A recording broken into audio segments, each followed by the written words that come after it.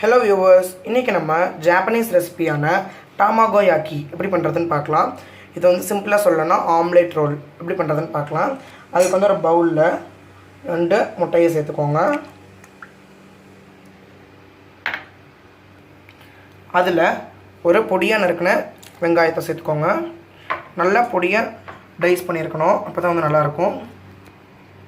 அப்புறமா நுணுக்கின pepper 1/4 teaspoon. அப்புறமா தேவையான அளவு உப்பு சேர்த்துக்கோங்க. கடைசியாக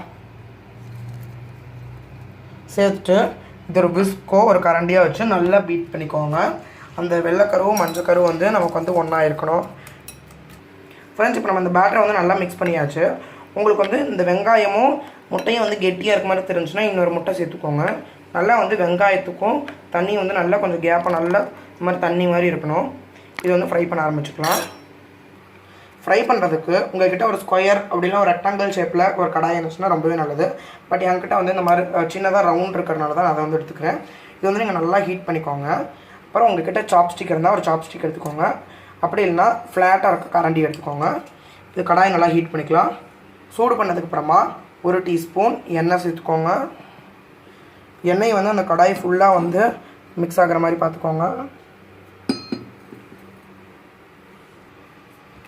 இப்போ வந்து அடுப்பில் வந்து சிம்மில் வச்சுட்டு நம்மளோட ஆம்லெட் மிக்சரை ஒரு கரண்டியில் ஊற்றிடுங்க.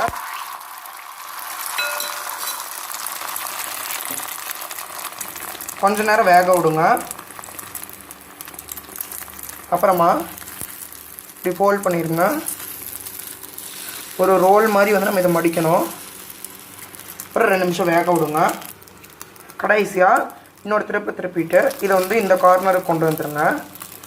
கொண்டு வந்துட்டு அதே லோ ஃப்ளேம்லேயே இன்னொரு கரண்டி முட்டை எடுத்துகிட்டு இங்கே வந்து ஊற்றிடுங்க. முடிஞ்ச அளவுக்கு தின்னாக பண்ணுங்கள். ஒல்லியாக இறக்கணும், அது அப்போ தான் அந்த லேயர்னால் தெரியும். கொஞ்சம் நேரம் வந்து இது வேக விடுங்க. வெந்ததுக்கப்புறமா இந்த ஆம்லேட் அப்படியே திருப்பி போடுங்க.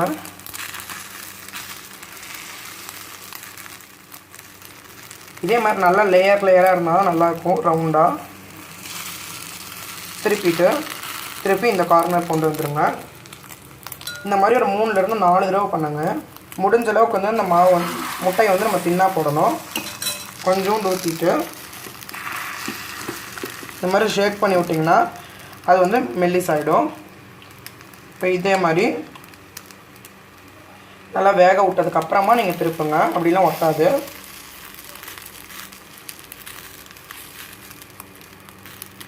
முடிஞ்சதுக்கப்புறமா இன்னொரு தடவை திருப்பிக்கலாம். இப்போ இதை வந்து திருப்பி போட்டு இன்னொரு 2 நிமிஷம் வேக விடுங்க. அப்போ தான் உள்ளெல்லாம் வந்து நல்லா வேகும். இந்த ஃபோல்டு வந்து கடைசி ஃபோல்டு வந்து நமக்கு தெரியணும், அப்போ தான் அழகாக இருக்கும். இதை இன்னொரு தடவை திருப்பி விட்டுட்டு இப்போ நம்ம சர்வ் பண்ணிக்கலாம். ஓகே ஃப்ரெண்ட்ஸ், இந்த சுவையான டாமாகோயாக்கி அதாவது ஆம்லேட் ரோல் ரெசிபியை நீங்களும் உங்கள் வீட்டில் ட்ரை பண்ணி சாப்பிட்டு என்ஜாய் பண்ணுங்கள். இங்கே பார்த்தீங்கன்னா அப்படியே இந்த லேயராக வந்து உங்களுக்கு தெரியும் பார்த்தீங்களா. இந்த பரோட்டாவில் எப்படி நமக்கு லேயராக வருமோ அதே மாதிரி இந்த ஆம்லேட்லேயும் லேயராக வரும். இந்த டாமாகோயாக்கி ரெசிபியை நீங்களும் உங்கள் வீட்டில் ட்ரை பண்ணி சாப்பிட்டு என்ஜாய் பண்ணுங்கள் ஃப்ரெண்ட்ஸ். இந்த வீடியோ மறக்காமல் லைக் பண்ணுங்கள், ஷேர் பண்ணுங்கள், கமெண்ட் பண்ணுங்கள். அப்புறம் சேனல் மறக்காமல் சப்ஸ்கிரைப் பண்ணுங்கள். தேங்க்யூ.